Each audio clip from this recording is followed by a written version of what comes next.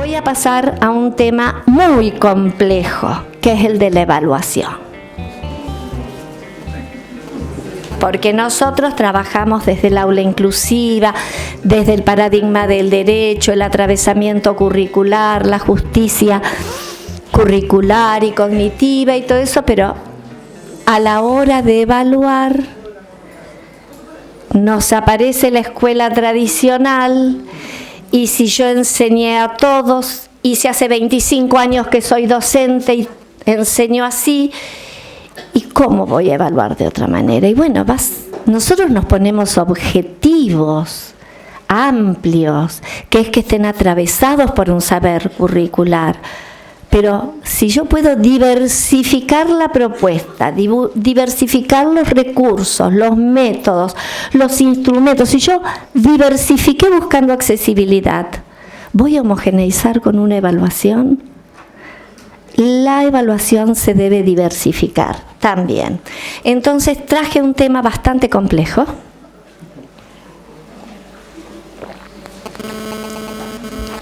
Para que lo veamos. En todos los niveles tengo que diversificar, porque si no es cuando yo a fin de primer grado digo, pero, ese pero hay que sacárnoslo de la boca, pero hay 7 que siguen en la hipótesis silábica, pero nada. Hay 7 de mis alumnos que están en la hipótesis silábica.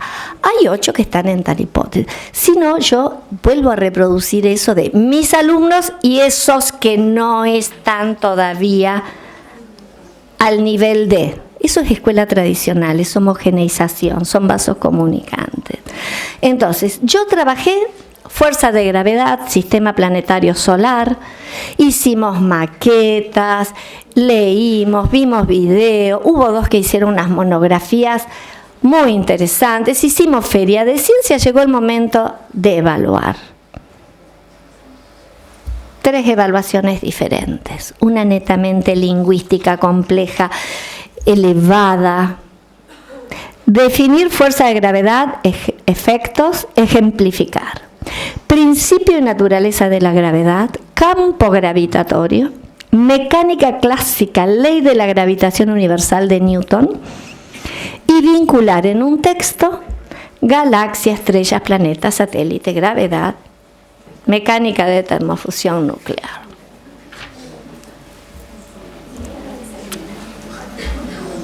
Otra propuesta.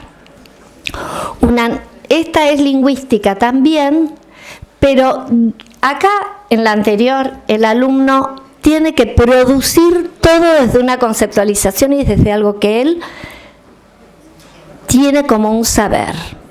Acá está guiado, acompañado, llevado. Hay una producción que tiene que ver con lo que él estudió, pero que hay un andamiaje en la producción. Le pide que haga un recorrido a través del sistema planetario solar según las indicaciones que acá se presentan. Entonces dice que una nave salió del planeta rojo, se dirigió al de los anillos, cómo se llamaba el primer planeta, cómo se llama el segundo, quedó algún planeta en el medio, no quedó, dibuje, bueno, arma toda una cuestión en relación a su saber, pero desde una manera menos abstracta que el anterior. Y acá tenemos lo que podría ser una propuesta más académica, muy guiada, pregunta-respuesta, también lingüística, pero donde el alumno no tiene tanto que leer e interpretar, sino que tiene que poner la respuesta que él en función de lo que él estudió, que es la gravedad, que es el sistema planetario solar, cuántos planetas tiene, en qué planeta vivís, y después dibuja el sistema planetario solar. Y tenemos una tercera propuesta en esta aula de la escuela secundaria, que es esta. Es ubicar ese campo semántico para saber cuáles son los planetas. ¿Por qué?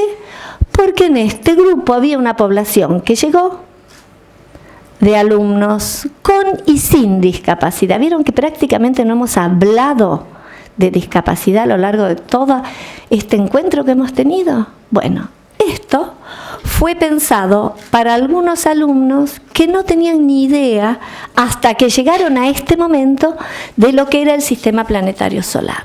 Y lo que nos interesaba era que a ellos se llevaran de este tránsito por la escuela el tener idea de que había planetas, que tenían nombre. Uno de ellos dijo, pero yo, señor, si de acá me vuelvo a la calle, ¿para qué voy a saber los planetas? Mira, para saber en qué planeta vivís, para que si un día te vas a un supermercado que se llama Saturno, no te creas que es un bicho, sino que es un planeta, y porque a lo mejor el día de mañana te sentás a hacer la tarea con tu hijo, en el mejor de los casos, y ojalá, y tu hijo te pregunta, papá, ¿vos estudiaste los planetas? Y vos vas a decir, sí, yo algún día los vi. Hubo un atravesamiento cultural de este saber que nosotros valoramos dentro de la propuesta curricular que atraviesa a todos. Entonces, esto puede ser visto como los que menos saben hacen esto. No. Esto es algo con lo que nosotros tenemos que trabajar también, ¿no? Porque a nosotros nos pasó algo muy interesante con esto. Muchos de los chicos que habían hecho las otras evaluaciones pidieron de hacer la sopa de letras, porque les encanta, porque querían la sopa de letras. ¿Y qué nos pasó? Con la primera propuesta, esta no pide dibujar el sistema planetario solar. Nosotros, desde nuestra cabeza todavía de la escuela tradicional, no incorporamos la idea de que lo dibujaron. Nos fuimos a una cosa sumamente académica. Y estos chicos nos pidieron si podían dibujar el sistema. Entonces, en realidad terminaron las 4 propuestas dibujando el sistema planetario solar, incorporando datos, y después hicimos una apuesta final entre todos para que todos aportaban lo que sabían del sistema planetario solar.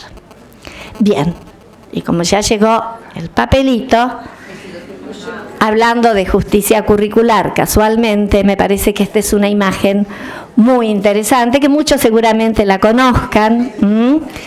Es la de los animales que han ido a dar un examen. Y entonces el profesor les dice, para que la selección sea justa, todos tienen que presentar el mismo examen. Por favor, suban al árbol. El mono está chocho, sí. La verdad que sí, es el único.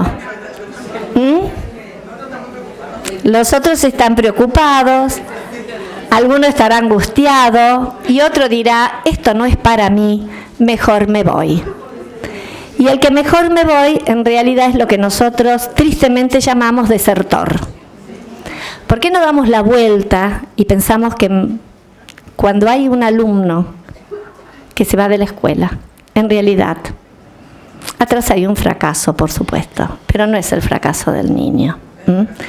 Es el fracaso de un sistema y quien está desertando de ese niño, niña, adolescente, es el adulto que en realidad tiene que ser el garante de su derecho a aprender. Entonces, ya cerrando, voy a dejar una frase de Einstein que dice que es una locura seguir haciendo siempre lo mismo y esperar resultados diferentes. En realidad, tenemos que empezar a abrir un poco esta idea de trabajar con formas no tradicionales de producción pedagógica para generar un aula inclusiva, donde todos puedan aprender. Bueno, les agradezco la atención.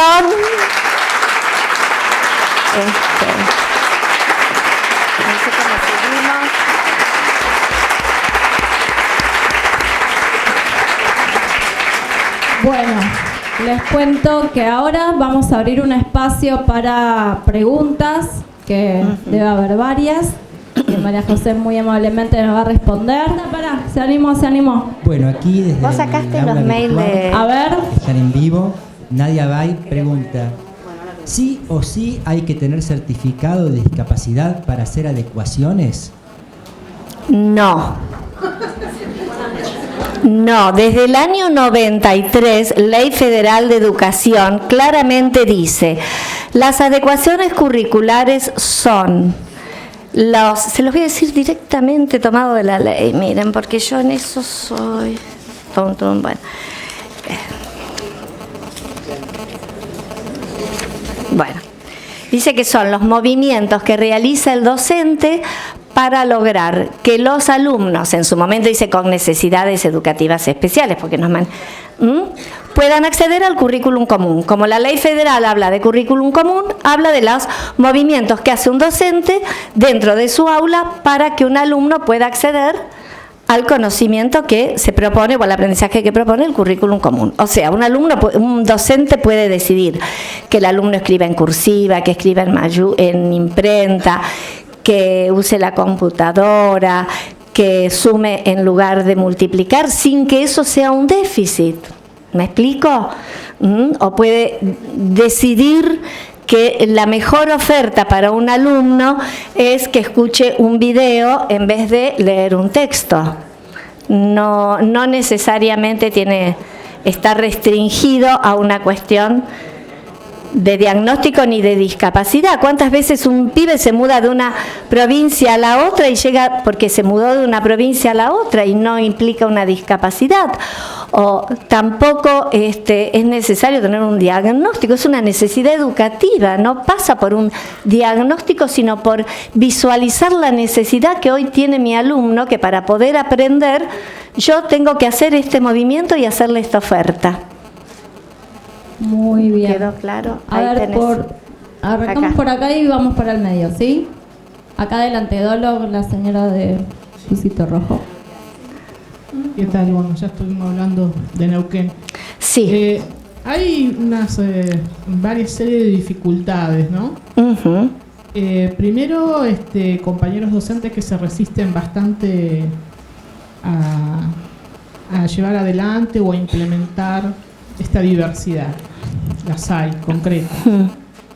Porque también es una verdad que hay una tensión tenemos lo que es una cuestión de ley, pero también tenemos lo que son los incumplimientos de los gobiernos en las condiciones. Uh-huh. Entonces, hay una cierta tensión en el medio de esta situación, como que el compañero docente está viendo que va a tener como un exceso más de trabajo, porque no siempre se genera que los gobiernos hagan las designaciones que tienen que hacer. Entonces una pregunta es, totalmente. ¿Cuántos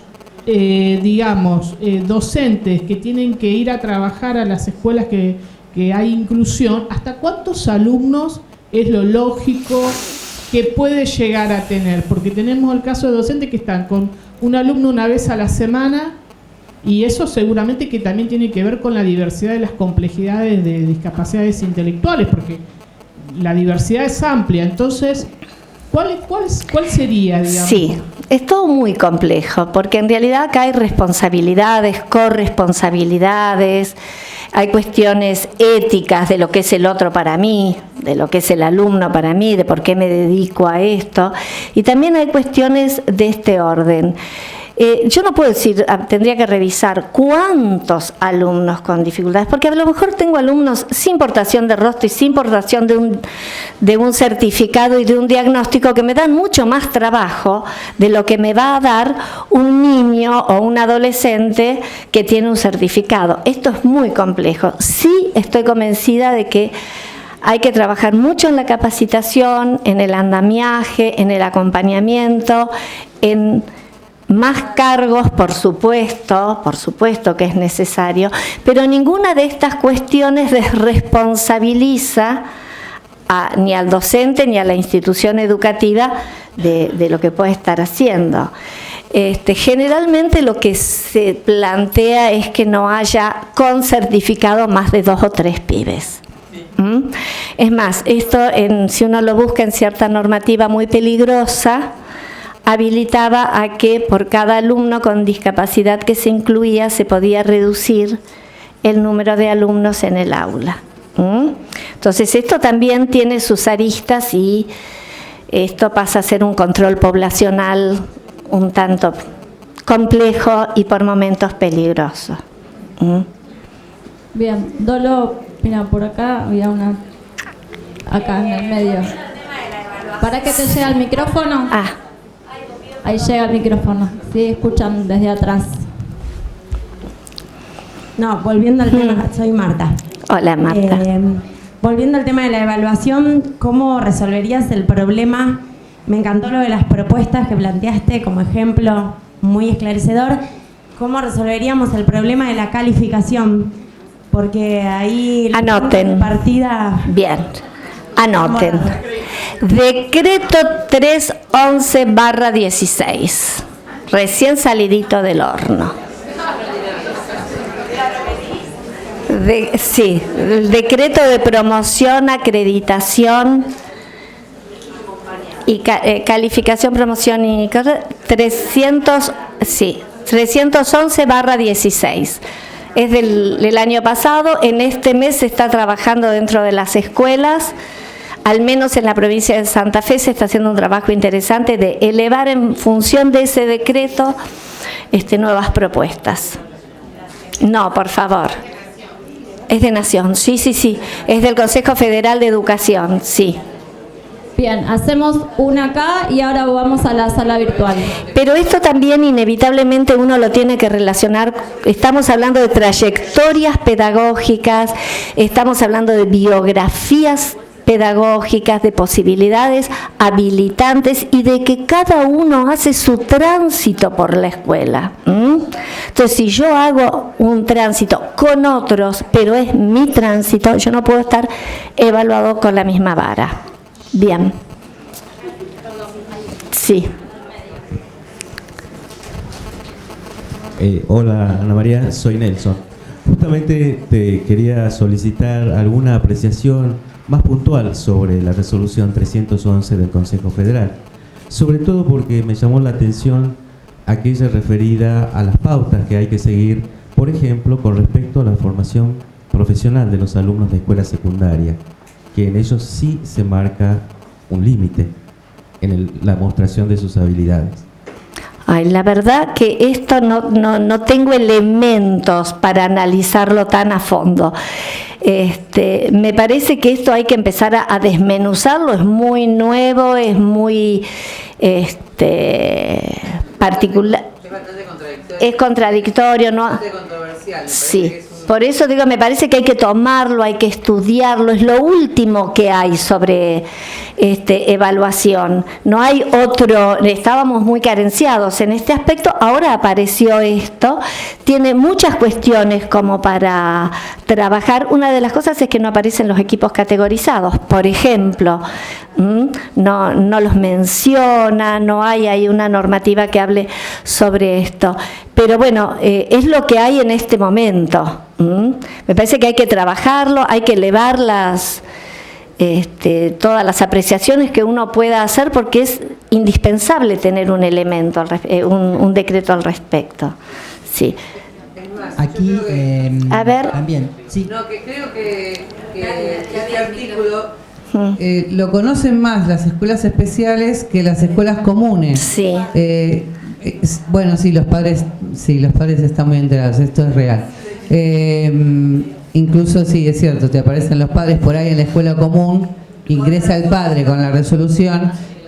Exactamente, porque no está trabajado sí al interior de la escuela especial. Sí. Ni siquiera sé si llegó a los docentes, sí a la parte de supervisión y creo que a los equipos de conducción, pero no está trasladado todavía a los docentes. Me parece que es bastante importante que nos ocupemos de conocerla, de leerla y desmenuzarla. Sí, sí. Porque tiene algunas aristas para debatir. Sí. La provincia de Buenos Aires no se ha expedido, no ha contextualizado como jurisdicción la norma, y eso nos llama a reflexión que debemos hacer como un análisis bastante profundo y que se está seguramente trabajando desde las direcciones para que se ajuste a las realidades Y a los contextos. También tenemos que pensar que nuestro país es un país que va... Perdón, María José. Les pido un favor, no hablemos sin micrófono porque en la sala virtual no nos escuchan nada de nada. Perdón. No, las chicas que cuando levantan la mano corremos con micrófono, ahí Mariana les presta ese. Sí, sí. Porque Bien, ¿podés retomar lo que te dijeron? porque no saben acá? Sí, bueno, estamos hablando de que realmente este decreto tiene muchas aristas y muchas cuestiones, y que en este momento quien lo está manejando más es la escuela especial todavía, y los supervisores, y todavía no ha llegado. Pero como todo decreto, yo creo que es una cosa general, amplia, no es completo, hay que trabajar otras cuestiones, pero es lo que en este momento han bajado como para ir analizando, trabajando y buscando alguna respuesta un poco más certera en relación a esto. Yo decía contextualizado en el sentido de nuestro país es un país tan extenso que va desde la Quiaca, Tierra del Fuego, desde el océano Atlántico hasta la cordillera. Realmente yo cuando escuchaba esto decía, bueno, ¿y qué está pasando con el proyecto educativo institucional? Porque cuando el proyecto educativo institucional tiene realmente una gestión sólida, que piense en la escuela inclusiva y que lo habilite, encuentra la forma de que esas normativas puedan estar en consonancia con la institución. A veces, si no, pecamos de refugiarnos demasiado en la letra, que la necesitamos y la normativa es indispensable, pero también es indispensable revisar los proyectos educativos y las gestiones institucionales. Cuando hay gestión con sentido de continuidad y con compromiso, estas cuestiones se van resolviendo, soslayando, encontrando, me parece. Aquí también desde el aula virtual hay un comentario y lo voy a encadenar con una pregunta. El comentario es de... Espérenme, tengo que ir un poco más arriba. El comentario es de Bárbara Perbat. Dice, qué lindo y gratificante sería que alguna vez se haga referencia a las clases de educación física y no siempre a los ejemplos de matemática o historia. Y entonces, sí. Tomo, de Marina Agüero, dice, ¿ha tenido experiencias de trabajo de accesibilidad en clases de educación física? ¿Al trabajo?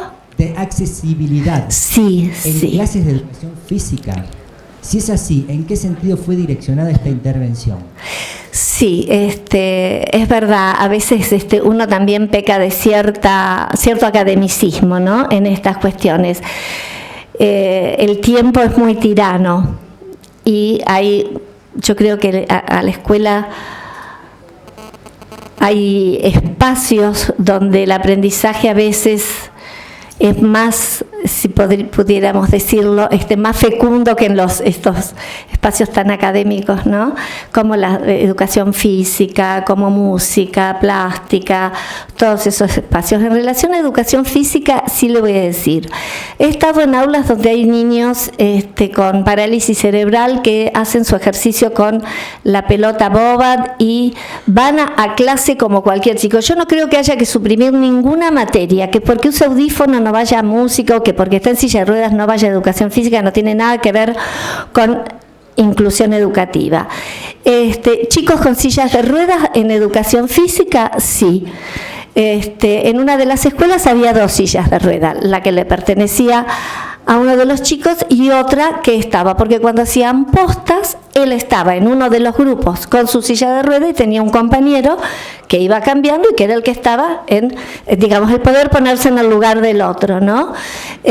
También esto que les cuento de la pelota boba, de un profesor que, como había un alumno que se trasladaba con la pelota, había incluido la pelota en las actividades del curso. Y así rápidamente estoy recordando otra situación que fue la de un niño que jugaba al básquet en silla de ruedas. Al básquet era así, en silla de ruedas, y el profesor armó un concurso dentro de la escuela para ensartar al aro, y nos encontramos con que él ganó, por supuesto, dentro de su grupo, y hicieron un certamen en el que vino todo su equipo del club y hicieron una competencia entre los chicos de ensartar al aro, entre los chicos que venían del club y los chicos de la escuela. Y después armaron 2 grupos totalmente mezclados y jugaron un partido. Sí, y en música también.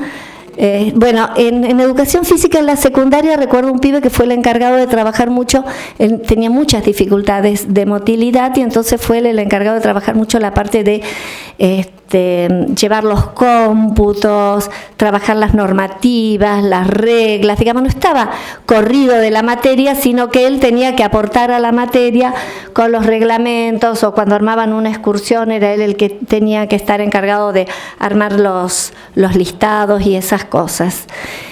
Bueno, y en música también hemos trabajado mucho en estos aspectos. La última y después quiero decir una cosita yo. Hola María José, te hago acá. Ay. Yo soy Erika de Lanús, en este momento estoy coordinando un equipo de salud mental en esta localidad y coordinamos la parte de acompañantes externos. ¿Sí? Uh-huh. Yo recién te escuchaba que que cuando un chico necesita adaptaciones curriculares hay que hacerlas. ¿Sí? Perfecto. Ahora, la realidad que nos encontramos puntualmente acá, y yo creo que pasa en muchos más lados, pero vamos a una meta acotada acá, en Lanús puntualmente, es que los docentes te dicen que primero no se puede, los directivos e inspectores no se pueden hacer adaptaciones curriculares, primero si no hay un certificado de discapacidad. Segunda barrera, si no hay, o sea, uno va con el acompañante externo, listo, pero no puede hacerse nada, o sea, solamente se tiene que encargar de lo conductual el acompañante externo por resolución. Y tercer paso, si no hay una escuela especial que haga el proyecto curricular de adaptación curricular, no puede tener adaptaciones curriculares y tiene que ver lo mismo que los demás. Entonces uno ahí empieza... ¿Cómo lo mismo? Tiene que ser evaluado con las mismas cuestiones que los demás y tiene que ver las mismas cosas que los demás. Uno ahí empieza con todo su bagaje para tratar de empatizar con el otro, de hacerle entender al otro, que es un dilema ético, claramente. Y la realidad es que termina la charla, cuando uno terminó de hacer huella en algo, dicen, bueno, vamos a hacerlo, pero entre nosotros, o sea, pero no se puede hacer. Y es desesperante porque es una muerte anunciada, ¿no? Uh-huh. Además es ilegal. Fracasa todo el año. Claro, pero vos no le estás dando legitimidad y en realidad acá hay una legitimidad dada desde toda esta normativa, desde toda esta ley. Habrá que trabajarla en cada distrito. Yo no soy una experta en las cuestiones legales, si bien tengo bastante lectura al respecto, porque además en cada jurisdicción hacen una implementación diferente. Entonces eso es complejo. Por eso creo que sí hay que buscar ciertas figuras en las cuales ampararse. Y en definitiva, si no, hay una figura que es supranacional, que es la Convención de los Derechos de las Personas con Discapacidad. Te diría que cuando uno va subiendo, bueno, hay pero creo que no hay que llegar a un punto así. A mí me parece que esto es una construcción que hacemos con otros y entonces no hay que llegar a estas instancias. Hay que sentarse, hay que buscar otra manera. Muchas veces hay desconocimiento de estas cuestiones. A mí en lo personal me ha servido mucho el buscar dónde me apoyo, llevar una lectura, ofrecer hacer algo compartido, encontrarme también con el otro, docente, supervisor, directivo, con quien poder construir el proyecto. Porque hasta tenemos lineamientos de cómo construir un proyecto, y si hay que darle aval a la escuela especial para que esto tenga legitimidad, bueno, le daremos intervención a la escuela especial, porque la escuela especial tiene mucho que aportar y en realidad es quien puede ahí marcar una terceridad habilitante. Y me parece que esos son los espacios donde uno tiene que ubicarse, donde hay una terceridad habilitante y posibilitante de que esto se instale. Bueno, esta fue la última pregunta, seguramente quedan un montón más y la idea es esa, que nos vayamos con muchas preguntas para seguir investigando. Le brindamos un muy fuerte aplauso. Gracias a María José. Voy a decir una cosita más. Sí, nobleza obliga, porque varias personas recién me preguntaron cómo escribirme, cómo ubicarme. Yo les dije, va a aparecer el mail porque estaba puesto, pero bueno, les paso el mail porque les dije que lo copiaran de las diapositivas y ahora no está. Entonces, lo más sencillo es que yo es Borsani MJ 2013 gmail.com.